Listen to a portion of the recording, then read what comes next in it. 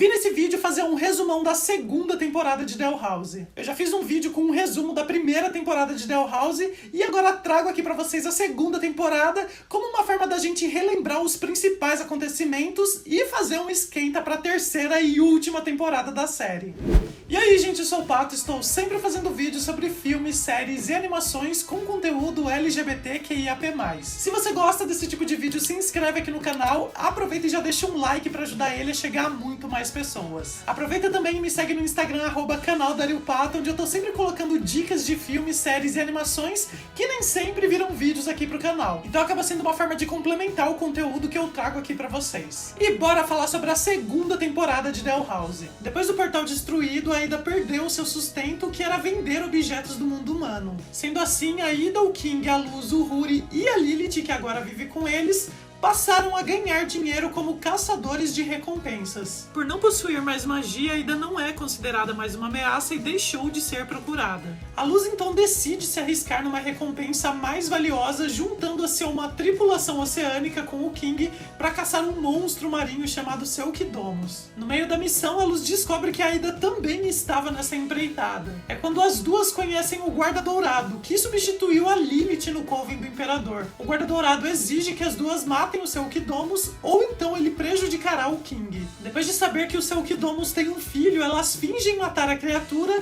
e o Guarda Dourado vai embora. Como recompensa, a criatura dá às duas o seu vômito valioso, que faria elas viverem bem por um bom tempo. Enquanto isso, a Lilith está tentando fazer uma poção de vidência para dar de presente a Ida e fazer as pazes com ela. Mas ela só consegue todos os ingredientes graças à ajuda do Huri, e os dois acabam se tornando amigos. Conhecemos então o Alador e a Odalia Blight, os pais da Emmett, que possuem uma importante indústria de produtos criados a partir de abominação, as indústrias Blight, que passou a produzir alguns Abomatons, robôs de abominação para o Coven do Imperador. Eles são bastante duros e cobram muito a Emmett, principalmente a Odalia. Os dois chegam a convencer o diretor Bump a expulsar a Luz, o Gus e a Willow de Exide por considerarem eles más influências para a Emmett. Mas quando a Odalia e o Alador colocam a Luz em perigo, a Emmett os desobedece pela primeira vez para salvá-la, mostrando que ela é capaz de tudo para defender seus amigos. É quando a gente começa a ver a Luz corada e desconcertada perto da Emmett. O Alador se mostra um pouco mais compreensivo com a Emmett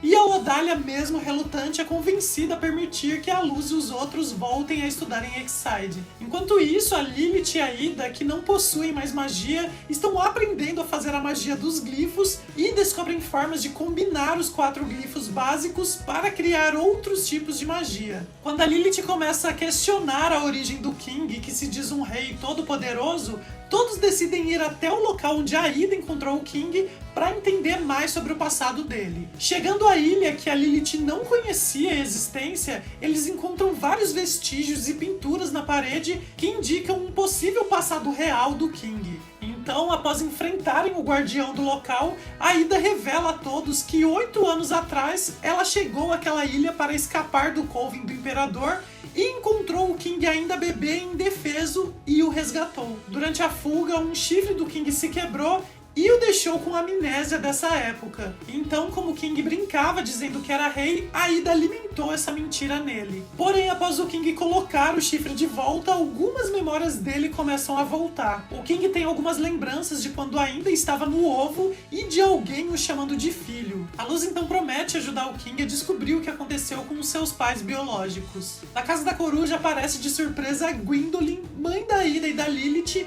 dizendo ter encontrado a cura para a maldição. Algo que ela faz frequentemente, mas sempre sem sucesso. Após ser enganada por um grupo de duendes e ver que não tem controle sobre a maldição das filhas, a Gwendolyn se redime com elas, aceitando a condição da Ida e entendendo o quanto deixou a Lilith de lado durante todos esses anos. A Lilith então decide ir morar com a mãe para recuperar o tempo perdido, para a tristeza do Huri, e a Gwendolyn, antes de ir embora, diz à Luz que seu bisavô conheceu um humano que viveu em Boiling Isles. Então a Luz vai até a biblioteca descobrir mais sobre esse humano e acaba encontrando com a Emmett, que trabalha por lá. Tanto a Luz quanto a Emmett ficam bastante coradas uma na presença da outra, mostrando que o sentimento não é só da Emmett pela Luz, mas também da luz pela Emmett. A Emmett leva a luz até a parte proibida da biblioteca e lá elas encontram o diário do Philip Whitbane, humano que viveu anos atrás em Boiling Isles. No entanto, o diário foi comido por um rato. As duas acabam sendo pegas pela chefe da Emmett por causa da luz e a Emmett perde seu trabalho. Quando a Emmett está desabafando com os irmãos sobre seu sentimento pela luz, ela resolve mudar o visual e pinta o cabelo de roxo. A luz surge para se desculpar e diz que conseguiu recuperar o emprego da Emmett após passar por algumas provas, e a Emmett mostra que o rato que comeu o diário é um Echo Mouse, que pode projetar as informações que consumiu. Dessa forma, elas assistem algumas imagens de Philip Whitbane e descobrem que ele estava em Boiling Isles em busca de magia para tentar voltar para o mundo humano. Em agradecimento à luz por ter recuperado seu trabalho, a Emmett dá um beijinho no rosto dela e as duas entram em pânico. Enquanto isso, quando o Gus tenta defender o cemitério dos ilusionistas contra um grupo de falsos amigos, ele acaba desenvolvendo uma magia de ilusão muito poderosa. No castelo do Imperador, vemos que o Belus possui algum tipo de maldição e precisa drenar a magia de talismãs para controlá-la. Ele pede para o Guarda Dourado, que nesse ponto entendemos ser o seu sobrinho, que consiga mais talismãs para ele. Então o Guarda Dourado vai até Exide roubar os talismãs que seriam designados para os estudantes. Como a luz está lá tentando se conectar com algum talismã, ela acaba sendo levada junto. Após enfrentar o Guarda Dourado, a luz e ele são atacados e se acidentam. A luz descobre que o Guarda Dourado havia sido traído pela Kikimora, que tentou matá-lo, e ela se une a ele na tentativa de recuperar os talismãs. O rosto do Guarda Dourado é revelado como alguém na idade próxima à luz e ele se apresenta como Hunter. Apesar de não conseguir levar os talismãs para o Imperador, o Hunter ganha o seu próprio, que decide manter em segredo. A luz, por sua vez, ganha um tronco de palistron da Ida para que ela possa esculpir o seu próprio talismã. Ida começa a se dar conta que poderá ficar sozinha quando a luz voltar para o mundo humano e quando King encontrar seus pais. Por conta disso, ela vai para um bar onde acaba se encontrando com um grupo de rebeldes contra o Imperador, liderados por Raine, atual líder do Coven dos Bardos e ex-namorada de Ida, que ela não via há muito tempo. Ida se junta ao grupo de rebeldes para tentar descobrir os planos do Imperador, mas eles são encurralados por Darius, líder do Coven das Abominações, e Eberwolf, líder do Coven do Trato das Criaturas. Ida e Raine decidem usar a magia amaldiçoada da Ida para detê-los. No entanto, ao saber que Ida tem King e Luz, Raine a força a fugir e voltar para eles. Então Kikimora acaba capturando Raine. Quando a Ida encontra a Luz e o King, ela ajuda o King a transmitir uma mensagem de vídeo para tentar encontrar o pai dele, enquanto o King revela que mudou seu nome para King Cleltorn, sendo agora legalmente o filho da Ida. Numa troca de cartas entre a Lilith e o Huri conta a ela que tentou ser útil para os outros. O Huri colocou o King numa série de testes para tentar determinar qual tipo de demônio ele é, mas não chegou a nenhuma conclusão. No entanto, o King fica com raiva e desencadeia uma poderosa explosão supersônica, um poder que ninguém nunca tinha visto. Com a Ida, o Huri coloca ela para dormir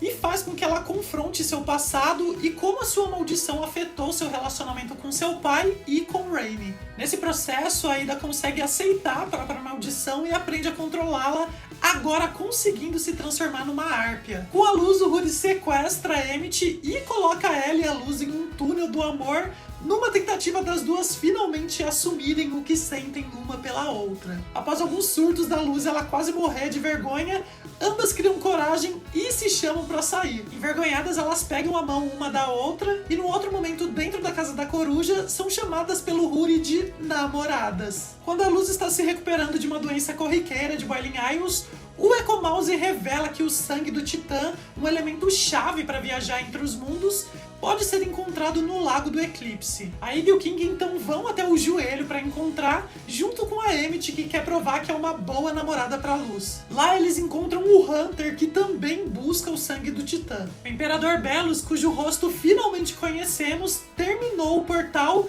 mas precisa do sangue do Titã para fazê-lo funcionar. O Hunter então pretende conseguir o sangue do Titã e provar o seu valor ao Imperador. A Kikimora, que foi enviada oficialmente pelo Imperador, tenta impedir impedir os outros de conseguirem, mas ela acaba não tendo muito sucesso. E quando finalmente chegam ao lago, eles descobrem que está seco. No entanto, a Emmett percebe que a chave do portal também contém sangue de titã. Uma briga entre ela e o Hunter termina com o Hunter ameaçando a vida da Luz, e a Emmett acaba entregando a chave a ele, mas quebra em sua mão, deixando um pouco de sangue em sua luva. Assim, a Luz consegue criar um portal temporário para que ela possa se comunicar com sua mãe no reino humano. Quando a Luz entra no portal, ela acaba em um lugar estranho, cheio de cubos que lhe permite interagir com os dois reinos por meio de reflexos. Enquanto ela tenta falar com a sua mãe, ela descobre que tem uma sósia sua morando na casa dela. Ela se revela como um basilisco metamorfo chamado Vi, que era usada pelo imperador em experimentos e conseguiu fugir de Boiling Isles. Então a Vi decidiu viver a vida da Luz pela Camila ter sido muito gentil com ela. No entanto, a Vi acaba sendo capturada pelo curador de um museu do mundo humano,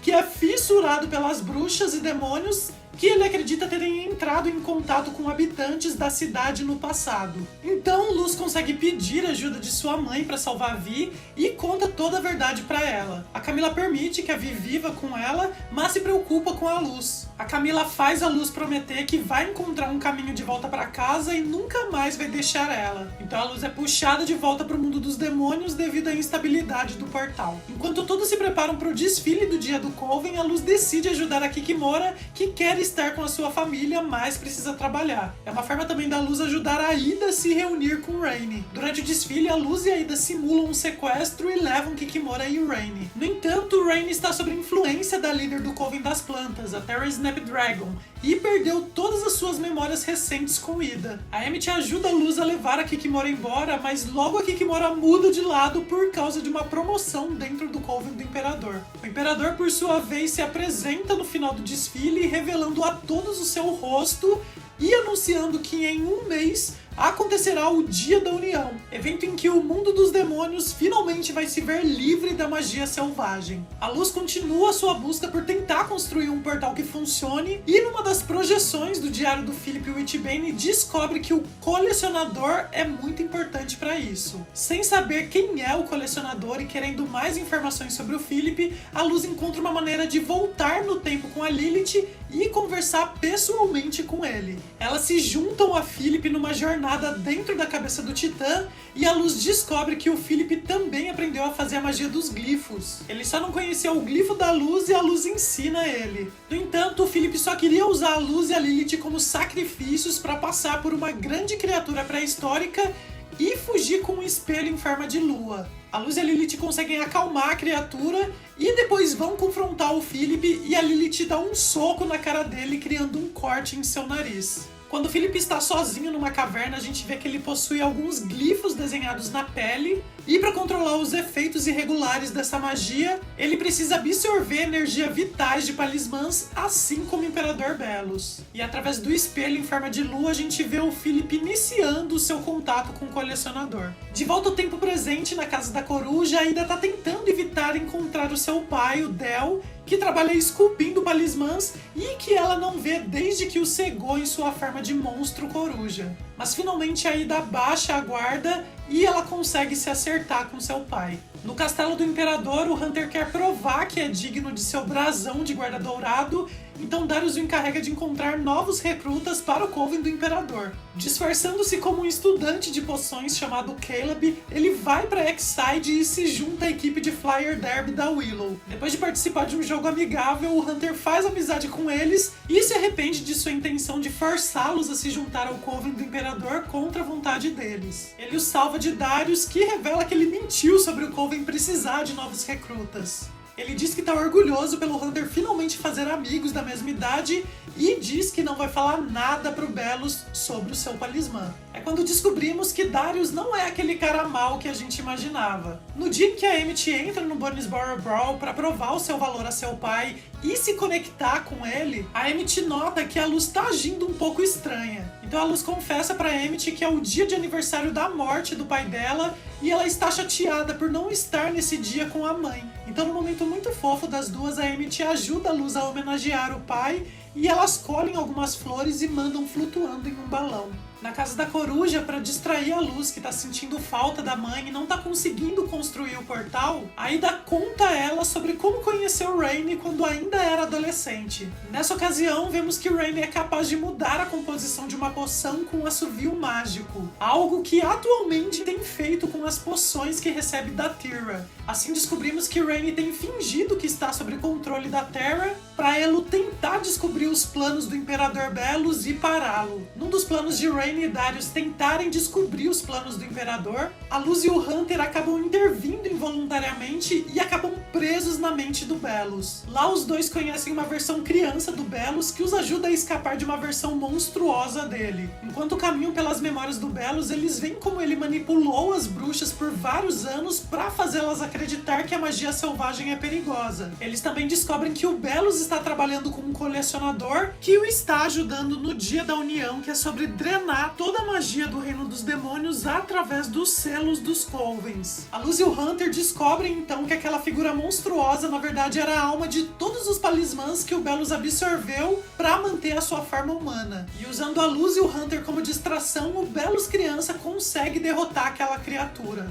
Então, para surpresa da Luz, o Belus se revela ser o humano Philip Witchbane, que foi um caçador de bruxas que está há anos no mundo dos demônios planejando acabar com todas as bruxas e demônios de lá. E de certa forma, a Luz e a Lilith o ajudaram em seu plano quando elas voltaram ao passado. Ele também admite que o Hunter é um Greenwalker, um clone de um velho amigo dele do mundo humano que o traiu no passado por ficar do lado das bruxas. O Philip o recriou algumas vezes, mas sempre o mata quando ele o trai. Então ele tenta eliminar a Luz e o Hunter, arrastando os dois para o seu subconsciente, mas a Aida e o King completam um feitiço que traz os dois de volta ao mundo real. Chocados com o que eles acabaram de descobrir, o Hunter escolhe fugir, temendo que o Belus possa fazer com ele. Por conta do vídeo que o King fez procurando seus pais biológicos, ele recebe uma carta que acredita ser do seu povo e embarca numa viagem com a Luz e o Huri para tentarem descobrir algo sobre o seu passado. Eles chegam num lugar repleto de seres semelhantes ao King, porém, para a surpresa de todos, eles percebem que as pessoas são bruxas usando capacetes de caveira. Na verdade, eles são caçadores de titãs e a gente descobre que o King é o último titã vivo, filho do titã que forma Boiling Isles. Além disso, esse povo idolatra o colecionador como se fosse o deus deles. Quando o King está prestes a ser sacrificado próximo a um espelho muito semelhante ao do colecionador, o King é salvo pela Luz, eles conseguem escapar e destroem a passagem para aquele lugar. De volta à casa da coruja, vários guardas do Coven do Imperador cercam a área e se preparam para atacar. A Aida e a Lilith conseguiram escapar da casa da coruja antes dos guardas chegarem e a Luz, o King e o Huri se encontram com elas e se tornam foragidos. Em Exide, o Gus encontra o Hunter vivendo escondido por lá, enquanto o Adrian Grave, o líder do Coven das Ilusões, chega ao colégio com a intenção de forçar os alunos a se juntarem a um Coven para o Dia da União. Mas as habilidades mágicas do Gus transformam todo o colégio numa grande ilusão e eles conseguem escapar. Enquanto o Hunter e o Gus compartilham alguns de seus medos e fortalecem a sua amizade, a Emmett entende que a Willow não é mais uma garota insegura e as duas também fortalecem sua amizade. Quando finalmente todos os alunos se unem em Exide, eles batalham contra os guardas do Coven do Imperador e o Gus consegue aprisionar o Adrian numa ilusão com seus piores medos